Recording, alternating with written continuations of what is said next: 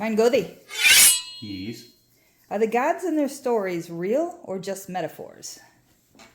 Ooh. Well, I think everybody who follows the gods, probably in every religion, has their own ideas about how that is. But so this is just my idea.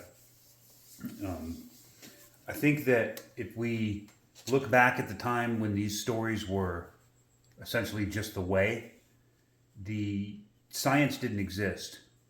And when science started to come around and science started to disprove or prove that some of these things could happen without the God's intervention, that science became devil worship or outlawed or whatever.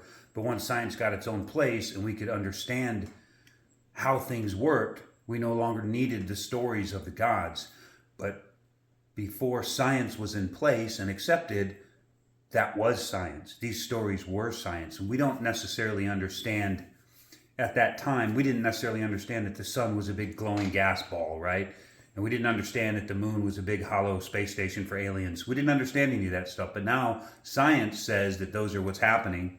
And we can understand that the science doesn't necessarily cancel the myths or the sagas or the stories from the old days. That's just old science that's been reproven or disproven or whatever, but it doesn't necessarily mean anything. So I think that they're metaphorical for the most part, because I don't even believe that the gods are humanoid creatures. I think that they're just energies.